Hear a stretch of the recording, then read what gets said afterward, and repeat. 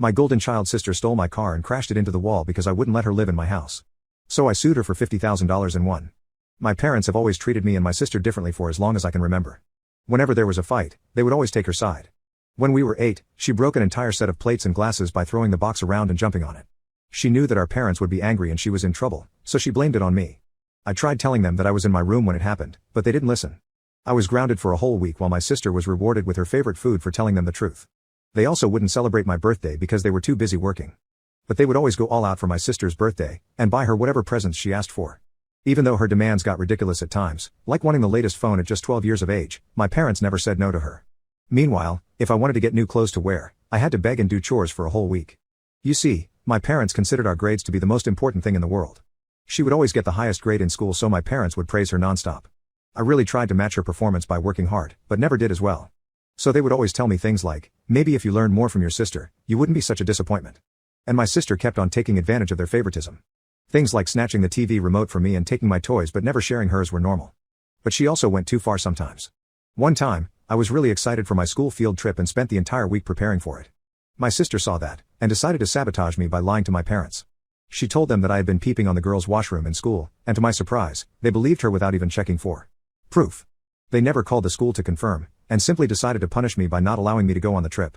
That day, I realized that my parents were never going to take my side. I began spending my time at my friend's house so I wouldn't have to listen to my sister's demands all day long.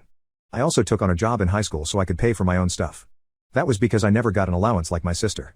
I was being careful and saving up money because I wanted to move out at 18 and get away from her. For her 16th birthday, my parents bought her a brand new car, and she made sure to rub it in my face.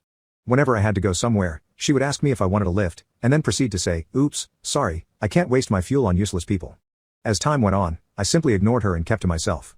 There would be days when my parents didn't say a single word to me, but I was more than happy to be ignored rather than punished. When I did finally turn 18, I moved out of their house and went to college while sharing a flat with someone. Those years were grueling, because my parents would constantly demand that I come back home and help with chores even though I was busy with classes. I had to move 2 more times before graduation because they kept finding my address and would show up unannounced. Thankfully, my life finally became stable once I found a decent job. As recently as last month, I bought a new house and have been having a blast living in it. That is until last week, when my sister showed up out of nowhere. She banged at my door, and started demanding that I let her stay inside my house for a few weeks.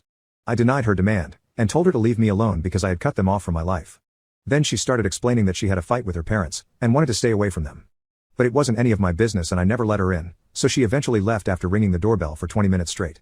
I thought things were over and I was free, but a week later, my car went missing during the night.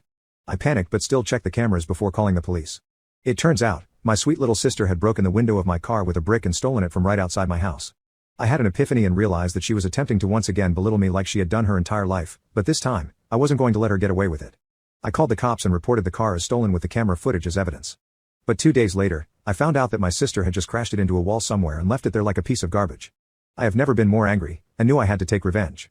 So I hired a lawyer, told him that I wanted to sue my sister for $20,000, and he told me to up it to $50,000. I know my sister doesn't even have a job and still lives in our parents' house, so they will most likely have to pay it instead of her.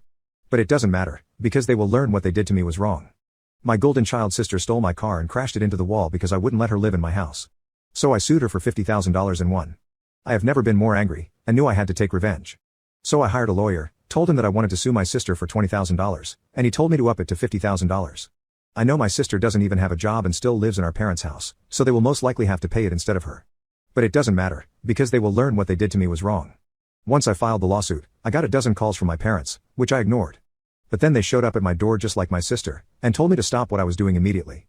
I told them no, and that my sister committed a crime and needed to pay for it. They kept yelling however, and only left when I threatened to get a restraining order against them.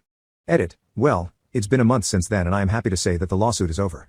It's over so quickly because they agreed to pay me the amount I asked for, which was $50,000. My sister was granted parole but she's being forced to take therapy by our parents. I think this incident made them realize that their treatment of her was wrong, and they needed to rectify it.